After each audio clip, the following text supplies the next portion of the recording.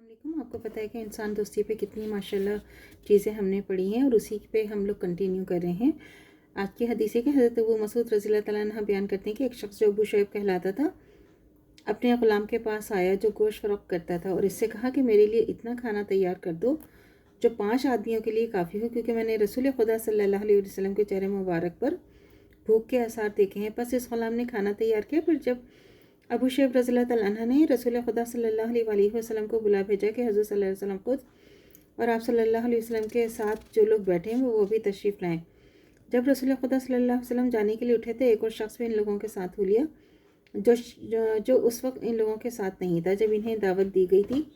بس جب رسول خدا صلی اللہ علیہ وسلم میزبان کے دروازے پر پہنچے تو آپ صلی اللہ علیہ وسلم نے صاحب خانہ سے فرمایا کہ ایک شخص ہمارے ساتھ آ گیا ہے جو اس وقت ہمارے ساتھ نہیں تھا جب تم نے ہمیں کھانے پر بلایا تھا، پس اگر تم اجازت دو تو یہ گھر میں داخل ہو ورنہ نہ ہو۔ صاحب خانہ نے عرض کیا کہ ہم نے اسے اجازت دی، یہ بھی آ جائے۔ صحیح ترمذی کی حدیث ہے۔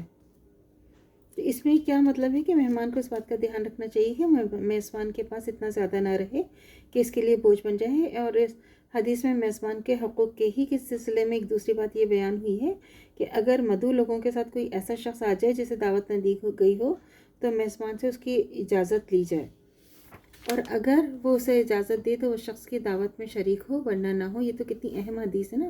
آپ دیکھیں کہ ہم تو جب کسی کے جاتے ہیں بغیر بتائے چلے جاتے ہیں، پھر بیٹھے رہتے ہیں گھنٹوں، اس کو کام ہو یا نہ ہو، کسی کے بچے کے ایگزام ہو یا کچھ بھی ہو، ہم لوگ اس کا احساس نہیں کرتے۔ تو بہت ہی ضروری ہے کہ ہم بہت زیادہ ٹائم نہ لیں اور پہلے اجازت لے لیں اور پوچھ لیں تاکہ ہماری وجہ سے کسی کو تکلیف نہ ہو۔ ہمیشہ اس بات کا احساس رکھیں کہ ہماری وجہ سے اس کی تکلیف نہ ہو۔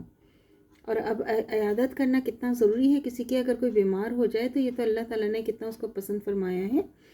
اور اس کے بارے میں حضرت ثوبان رضی اللہ تعالیٰ عنہ بیان کرتے ہیں کہ رسول خدا صلی اللہ علیہ وسلم نے فرمایا کہ کوئی مسلمان جب اپنے مسلمان بھائی کی عیادت کرتا ہے تو وہ اس تمام دوران میں بہشت کے چنے ہوئے میووں میں ہوتا ہے۔ صحیح ترمذی کی حدیث ہے۔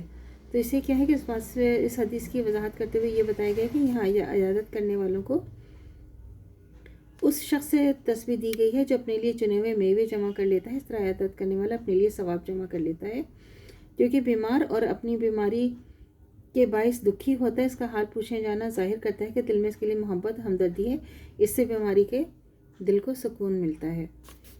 حضرت علی رضی اللہ تعالیٰ عنہ بیان کرتے ہیں کہ جو شخص شام کے وقت کسی مریض کی عیادت کرے تو اس کے ساتھ 70,000 فرشتے نکلتے ہیں جو اس کی مغفرت کے لیے دعا کرتے ہیں یہاں تک کہ صبح ہو جاتی ہے۔ اس کے لیے جنت میں ایک باغ معین کیا جاتا ہے۔ جو کوئی صبح کے وقت کسی مریض کی عیادت کو آئے تو اس کے ساتھ بھی 70,000 فرشتے نکلتے ہیں جو اس کی بخشش کے لیے دعا کرتے ہیں یہاں تک کہ شام ہو جاتی ہے۔ اس کے لیے بھی بہشت میں ایک باغ معین کیا جاتا ہے۔ ابو داؤد کی حدیث ہے۔ تو اللہ تعالیٰ سے دعا کرنی چاہیے جو ہمارا ایمان ہی مرتے دم تک قائم و دائم رہے، خاتمہ بالخیر ایمان پر ہو۔ اجازت دیجیے، اللہ حافظ۔ میرے چینل کو لائک کیجیے، شیئر کیجیے، سبسکرائب کیجیے۔ شکریہ۔